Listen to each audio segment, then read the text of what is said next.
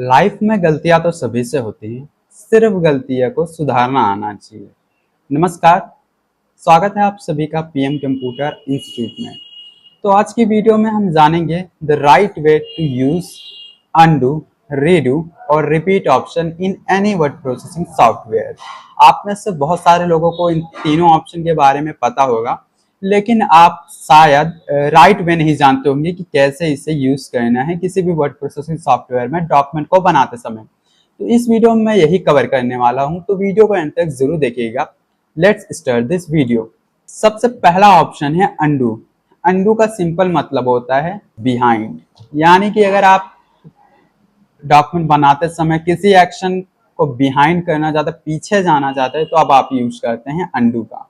जैसे आपको एक एग्जांपल से दिखाता हूं। मैं यहाँ पर आपको ये तीनों ऑप्शन को एक वर्ड प्रोसेसिंग सॉफ्टवेयर में बताने वाला हूं, जो कि बिल्कुल फ्री है, जिसका नाम है लिब्रे ऑफिस राइटर। आप अगर माइक्रोसॉफ्ट वर्ड यूज करें या फिर किसी भी वर्ड प्रोसेसिंग सॉफ्टवेयर का यूज करें, तो ये सारे ऑप्शन जो मैं बताने वाला हूँ ये बिल्कुल एक जैसे काम करते हैं। सिर्फ हाँ, लोकेशन की बात है कि वो कहीं और मिलेंगे और यहाँ पर आपको ऑप्शन कहीं और मिलेंगे, तो और ज्यादा डिफरेंस कुछ भी नहीं है, सारी चीजें बस वैसी हैं।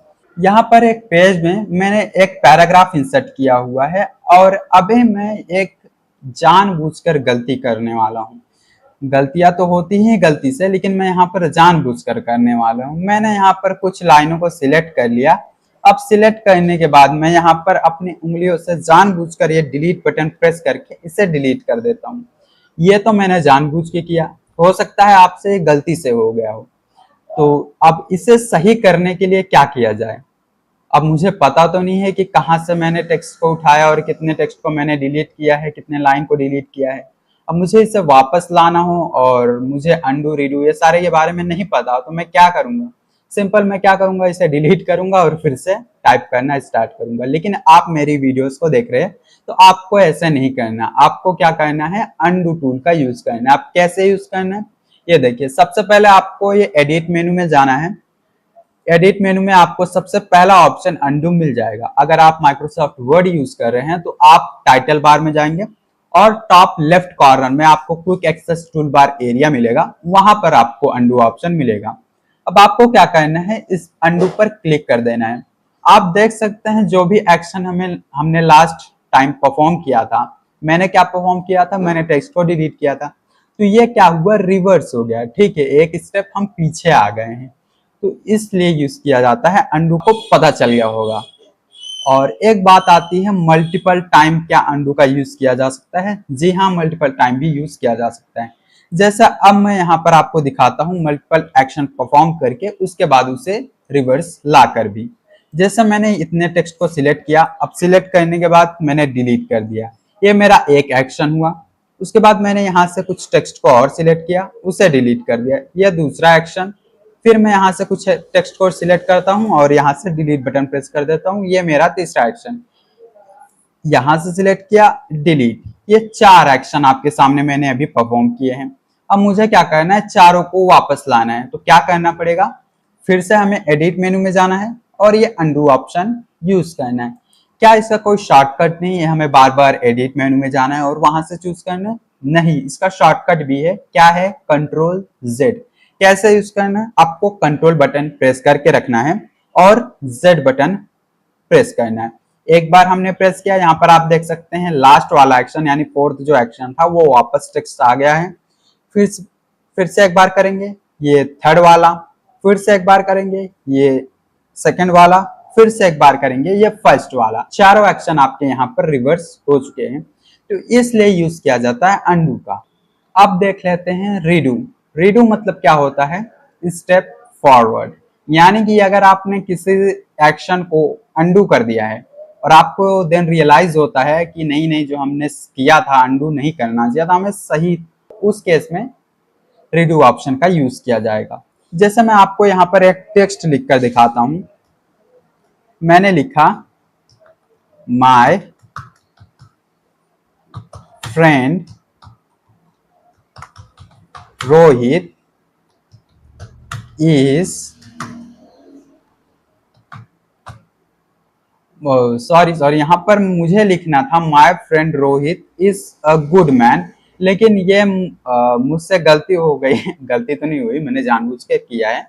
यहाँ मंकी आ गया है और अगर ये मेरा दोस्त रोहित इसे देखेगा तो भड़क जाएगा, इसलिए मैं क्या करता हूँ, इसे अंडू कर देता हूँ। आपको भी पता है अंडू करना, तो कंट्रोल जेड करेंगे यहाँ पर, एक बार और कर देते हैं, ये पूरा डिलीट हो गया। अब हम यहाँ पर लिखेंगे, लेकिन देन मैं यहाँ पर रियलाइज कर रहा हूँ कि जो मैंने लिखा था वो थोड़ा मजाकिया था, सही लग रहा था। जो मैंने अंडू किया है उसे मुझे वापस लाना है, तो उस केस में मुझे यूज करना पड़ेगा रीडू। कैसे यूज करेंगे? एडिट मेनू में जाएंगे और ये रहा दूसरा ऑप्शन रीडू, सिंपल इस पर क्लिक कर दीजिए। ये देखिए मंकी वापस आ गया। क्या रीडू का शॉर्टकट नहीं है?